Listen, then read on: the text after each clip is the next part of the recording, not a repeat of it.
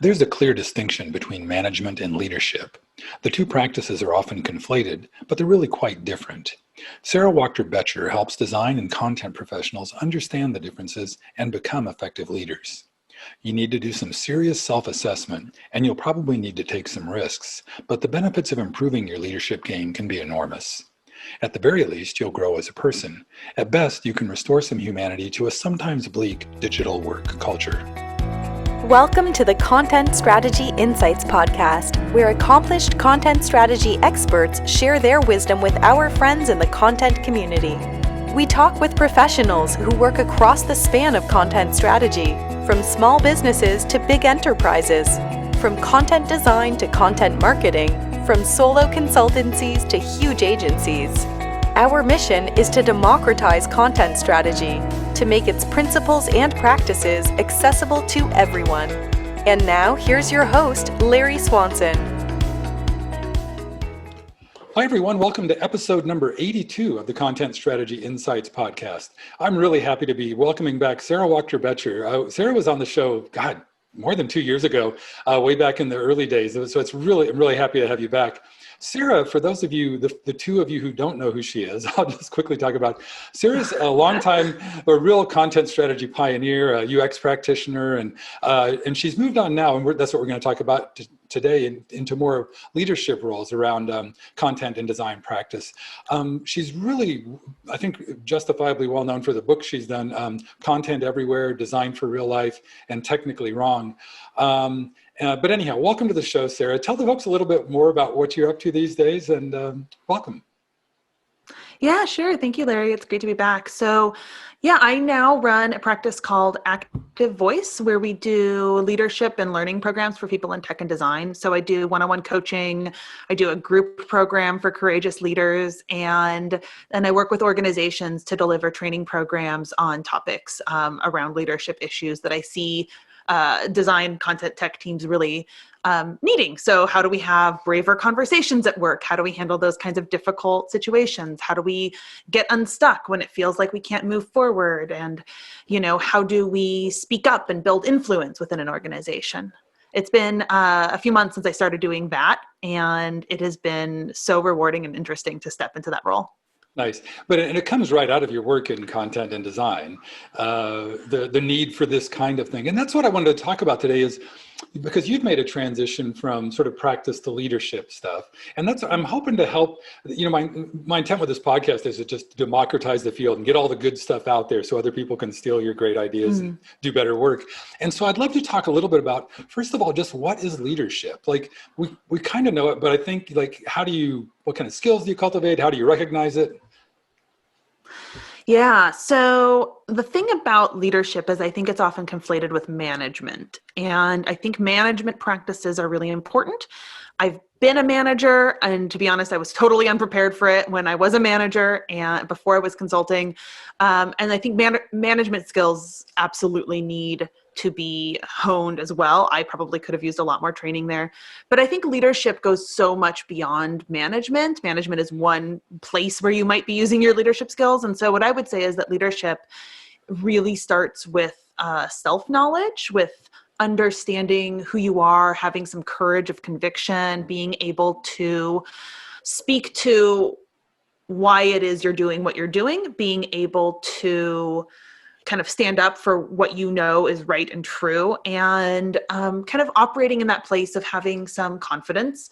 And when you do that, being able to bring people along with you, not because you're being, forceful, not because you're leading from this place of creating fear, which you see a lot of quote unquote leaders doing, but because you are authentically communicating, like, here's what I'm seeing, here's what I want to see happen, and people buy into it. They buy into it because they can sort of believe in what you're up to.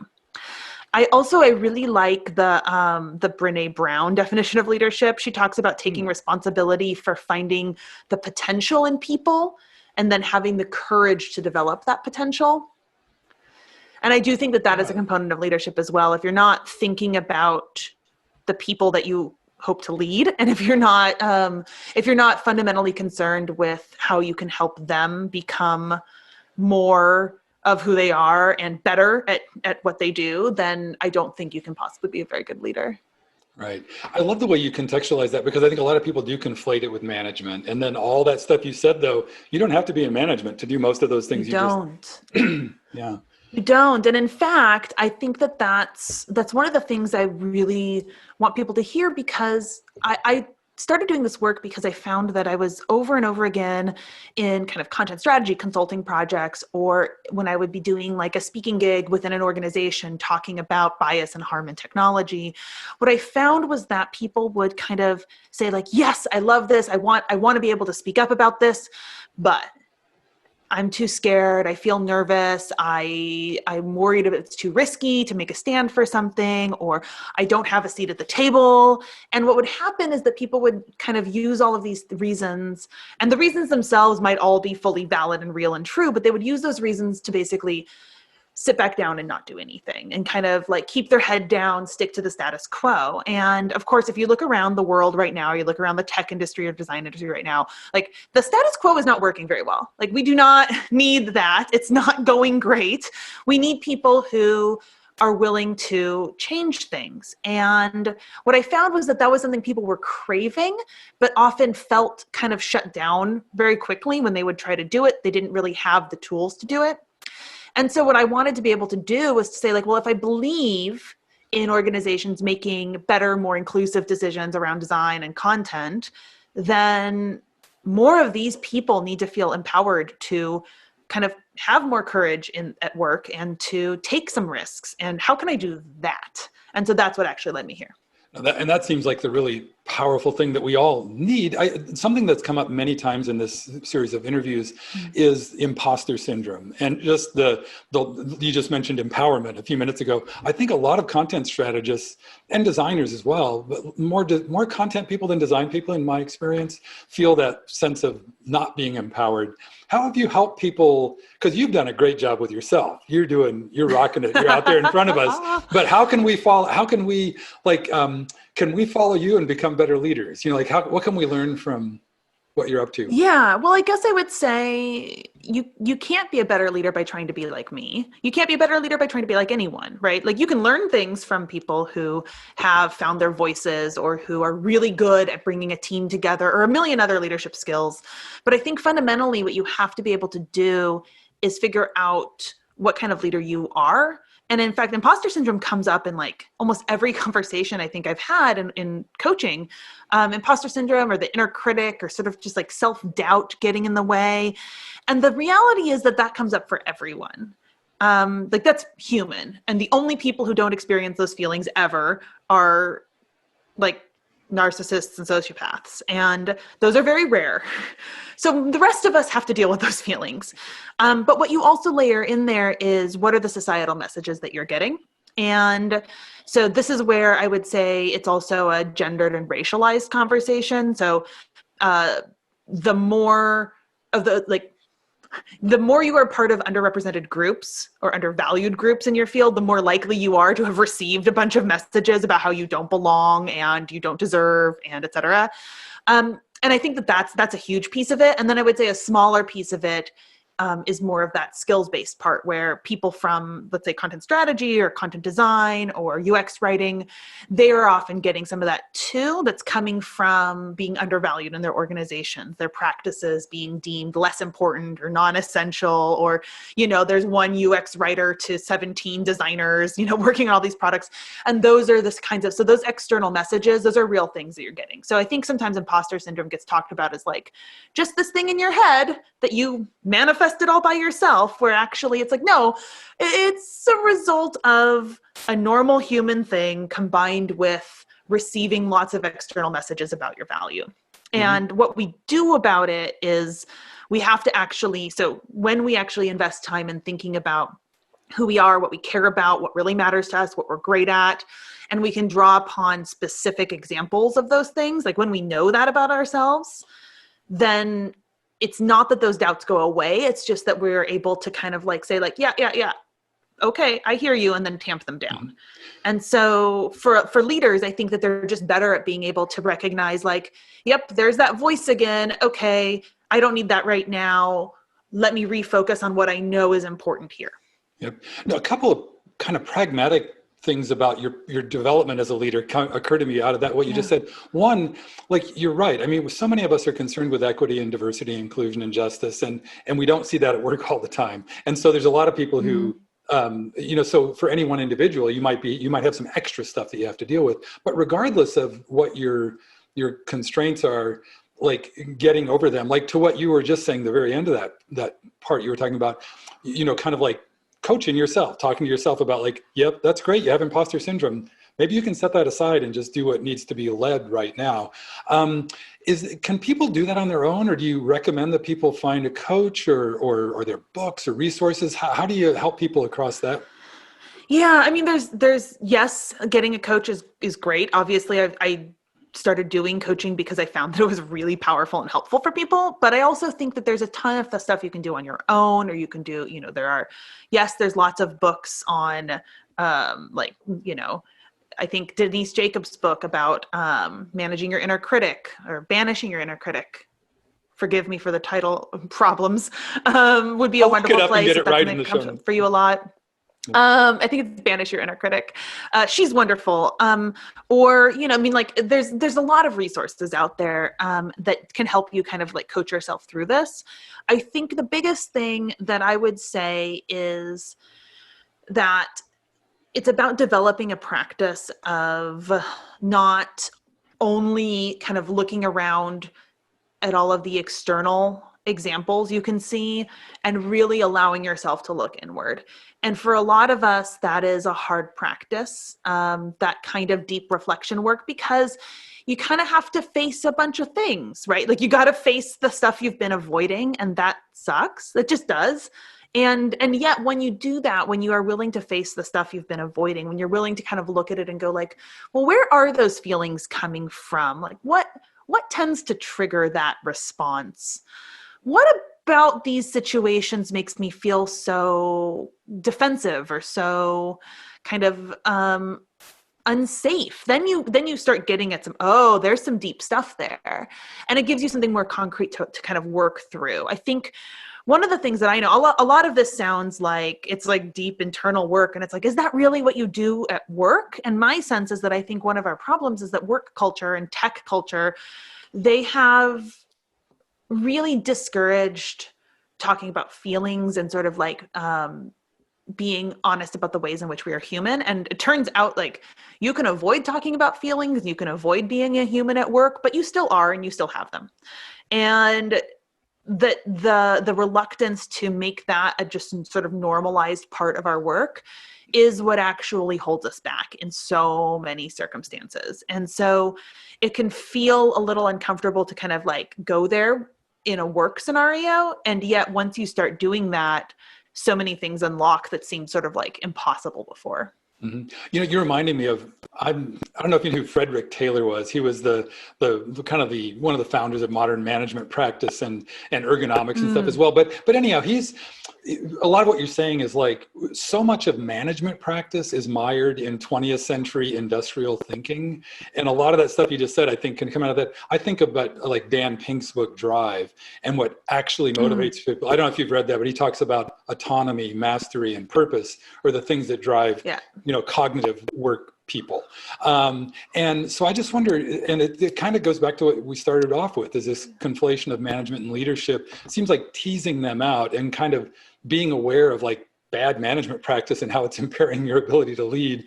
Is that part of the challenge, getting over that and figuring out does that make sense? Yeah. And I think that that's going back to what I was saying about sort of looking externally, right? So if you're just looking around at all of the managers that you know and trying to figure out what kind of leader you are, that's really hard. I think you can like identify strengths people have and you can model off of their behavior. Absolutely. I mean, like if I didn't steal ways of being from what I saw out in the world, where would I be? Right. But I do think that what I see people oftentimes do is they go chasing all of that without having thought about like, well, what am I bringing and who am I here? For me, for example, I made a really specific choice a long time ago that I really like kind of making my own thing. I don't actually love working in an organization long term. I love being able to show up in an organization and provide value for limited engagements, but that I found that working in an organization where I was sort of like, maybe like leading a small team within a bigger thing, within a bigger thing, within a bigger thing, it was hard for me to feel like I was getting enough of that sort of like autonomy itch scratched, and I couldn't necessarily change course when I wanted to, right? Like I didn't necessarily have the ability to say, you know what, I want to try something different. I want to take a risk. I want to stop doing this and start doing that. And that those kinds of things were really valuable to me. I also realized that the place that I think at my strongest from a leadership perspective is in communicating ideas. And I realized that one of the things that I can do is I'm perceptive, like I notice a lot, and I can reflect that out in ways where people go, yes, that's the thing. And that is really powerful. And that is an important piece of leadership, but that's not necessarily going to help you manage a team. And that's a very different kind of leadership. And what I found was that the strengths that I have as a leader are strengths that really work well for me being sort of this independent voice, and that voice comes up a lot. And that's where I needed to focus, and that I needed to look for people who were doing those things well. And that I didn't need to worry about trying to be like, I don't know, somebody who wants to rise through the ranks at a Silicon Valley company, because that wasn't me. That wasn't what I actually wanted.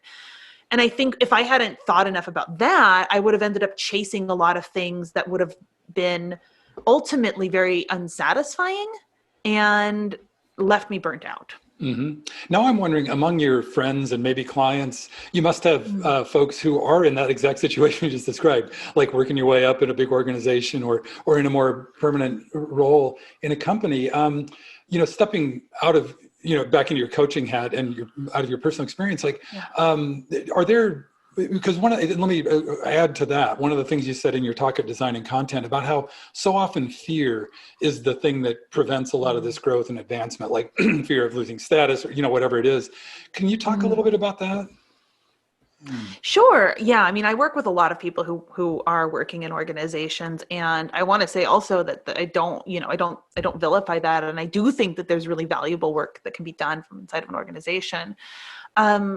What I find is that routinely what people they have this realization that they want to be speaking up more, particularly the people I work with, particularly around issues of inclusion, equity, bias, harm, right? Those are the things that they tend to be thinking about, like what can I do toward justice within my organization? And that fear really gets in the way because a lot of reasons. Some of those reasons are very justified, right? It's like, well, I'm afraid I might lose my job and I need to make trade-offs. And particularly early in a career, and particularly if you are from a marginalized group, a lot of those things can be really justified. But what I see happen sometimes with people is that they started out in that place in a more junior role, and they kind of were like just lucky to be here at all. It was the feeling they had. And then maybe they were in a field that they also felt was a little devalued. So like content, where they're like, oh gosh, nobody takes us content folks that seriously. And so they've built that sort of, that sense of self around being kind of the underdog. And then at some point, they're not really the underdog anymore, but that's still the way that they're viewing themselves. And so what I see is that, oftentimes people's willingness to step up and to be a voice of dissent, or to sort of like to put their values on the table, it lags behind the power that they actually have, because they're still viewing it through a lens of their prior self. I see that, I'm going to say bluntly, I see that really often with white women. I'm a white woman. I've been guilty of that too, where it's like, well, I've experienced being devalued. I've experienced sexism in all these different ways in my career. I've had people, think I was the secretary. I've had people talk down to me or tell me that I was, dressed too sexy or too dowdy or whatever, right? Tell me to not, use like and make fun of my voice or whatever all of those things are. And so because of that, it's like there's this, you start to buy into this belief that you are powerless, even when at the same time, all of that sexism you might have experienced was true. And at the same time, you've now grown into this senior role. You're like a senior manager with you're a manager of multiple teams. And so I think that there's some reassessment that has to happen there. And that I really try to encourage people to take stock of, okay, all of what you've just described that you're scared of is real. And also all of this power that you've accumulated is real. Maybe it's time to reassess what kind of risks you can take. And maybe it's time to let go of some of that old identity that it's not true, but it's not really serving you now. And maybe it's time for you to be a bit bolder and to let yourself believe that you're going to be able to figure out the risks of that, right? That you're going to be able to be okay through it. And I don't mean to just say there are no risks or don't worry about it. But I think getting out of that stuck spot of, oh gosh, I can't, and being stuck in the way that you were perceived earlier in your career, I think that that's a huge leap that oftentimes people need to take when they step up. Yep, and that is another leap. And you you alluded earlier to something around, I was trying to remember the example, but anyhow, can you think of examples of folks who've made that leap? Because I think, I know what I was thinking, that there's, you don't want to just copy management, but it's good to have role models. And so can you think, are there folks, whether you can identify them or just anonymize it, who've done a good job of having these insights and then making the leap? Well, I can't talk about any specific examples of people that I work with at all. And actually, I take that super seriously. I think that's one of the things that's really important, because it is when you start talking about this stuff with people, it is intimate. And I think that it is important to really deeply respect that. But I will say that one of the things that I've noticed with people is that, when we work together, I think one of the things that comes out is often that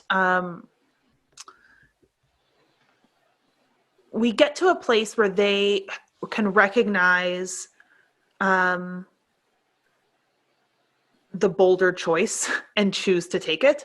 Mm-hmm. And I'm thinking of a specific example right now where I was working with somebody, in a good sized tech company, and they're in a kind of staff or principal UX kind of role. And they were still feeling really scared about kind of making a stand for anything. But really, when you're in that role that's sort of you're an independent contributor, but you're at a senior level in the organization, you are sort of responsible for setting standards for what is good practice in this field. And you're responsible for, training people who are coming up in your practice area on the type of work they're going to be doing. And you are leading on projects. Right? When you're in that kind of role, you actually have a tremendous amount of power. And so what this person really needed to do was to assert what they thought was important so much more. So in the past, they had derived a lot of value in the organization by being valuable to others, filling gaps, doing what was needed, jumping in. And people loved having them on projects, right? Because they were so great at just jumping in. And what that did, though, was that put them in a place where they were only being recognized for a sort of reactive or supportive role. And they weren't being recognized for pushing in any direction. And so what they had to be able to do to get to that bolder place was to be able to say, I have to say no to those things, even though people appreciate me for them, because that's keeping me locked in this one level. And what I need to do is I need to be able to say, here's where I'm prioritizing. This is the direction I want us to grow in. And that means I'm going to take this kind of role. And they were taking on, they had a choice for which sort of topic-based team they could join for their org's growth. Do you want to help with culture, or do you want to help with this, or do you want to help with that? And at first they were gravitating towards the one that was where they would have gone a couple years ago. And then they were like, oh no, I need to do the one that's bolder. I need to take this one that's harder. I need to take this one where I have strong feelings about it, but I don't have as much experience in it. And I think that it's those kinds of choices. It's not like these, it's often not a big, obvious splashy thing. It's just the million daily choices that are choosing to stick to what you know matters, even when people really want you to do something else, and choosing to kind of hold on to your energy for the stuff that is important and not get spun around by everybody else. Mm-hmm. No, that's, and you've kind of done that yourself in the way that you've you've said, people still come to you for content strategy and design work, and you're like, nope, I'm doing this. And so you are a role model in that regard, I think. That's really hard. Yeah. So yeah. I mean, I think that was really hard for me to do, for a lot of reasons. One of them is that I am a content strategist. I am a UX person. That doesn't stop, right? That is absolutely something that I still see as part of my identity. And so I found that was one piece that was making it difficult to say no, that it was like this piece of my identity was there. The other thing was fear of going into unknowns, right? Like the fear of saying no to something that is relatively reliable. I mean, I was consulting for a long time and felt successful at it and had a lot of great opportunities in it. And so it's like, why am I saying no to these lovely things that are sort of known entities in order to do something else? So there's that piece. And it's also just a really weird year, right? Where it's like a lot of everybody's sort of sense of safety and security has gone out the window. And to be able to hold fast to that during this weird year was really hard. But one of the things that I realized was that it's not that I don't enjoy content strategy work. It's that I felt like it wasn't giving me what I need now. And I felt like that I actually had all these other things that I really wanted to pursue, and that continuing to do that kind of work wasn't leaving space for that, wasn't leaving space for developing that. And that I don't have to actually let go of that part of my identity in terms of those are skills that I have, and that's a community that I still value and want to be part of and learn from.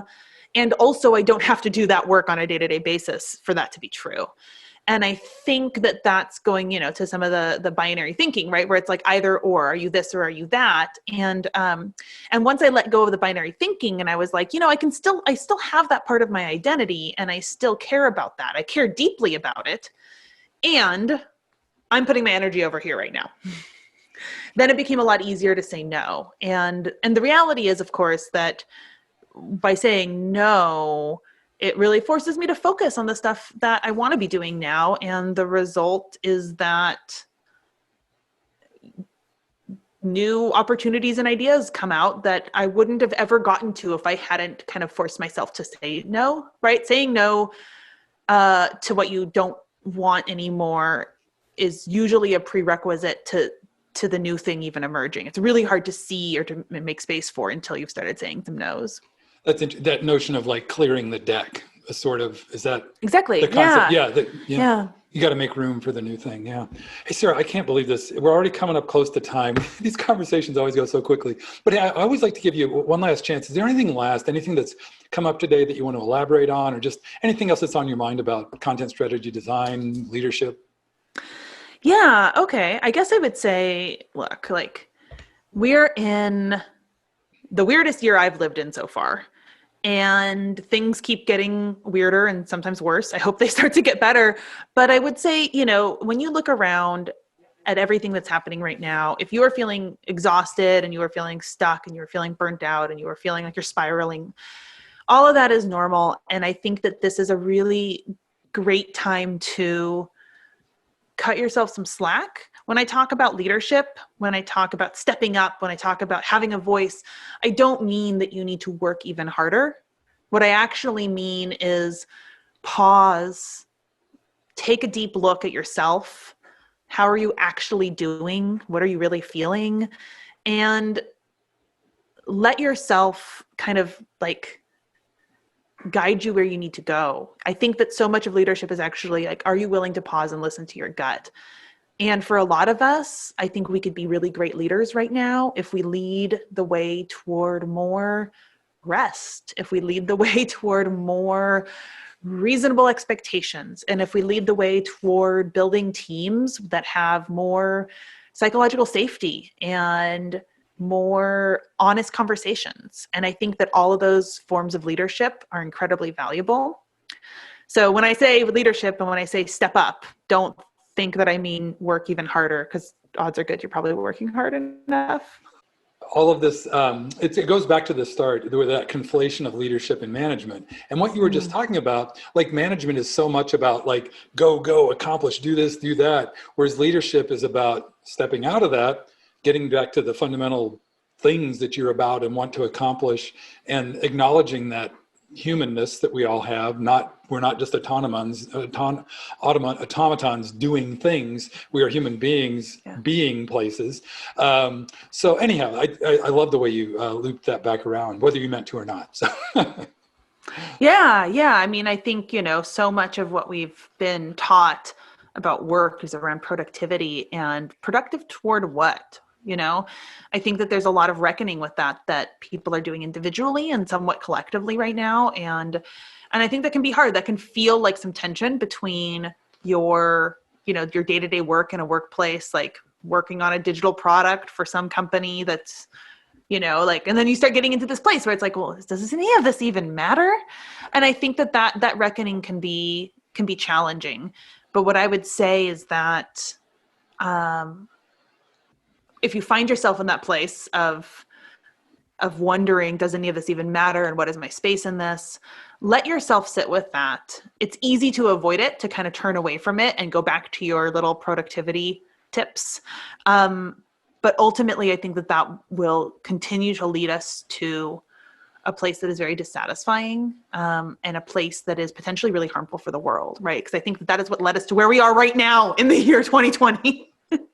Less of this, please, and more of what you're talking about. Right, exactly. Yeah. Well, thanks so much, Sarah. Hey, one last thing. What's the best place for if people want to follow you? Twitter, Facebook, LinkedIn, or do you have a social media or other outlet where you like to connect with folks? Sure. So sarawb.com, personal site, has links to all of the things that I do. activevoicehq.com is the website for the business. And then you can find me on Twitter at Sarah_Ann_Marie, which I regret that username every day since 2007. Great. Okay. And I'll include those in the show notes as well. Well, thanks so much, Sarah. This is a great conversation. I really appreciate you taking the time. Yeah. Thanks for having me again. You bet. Thank you for listening. If you can think of a friend who might enjoy this episode, please share it with them. And please join us again for our next content strategy interview.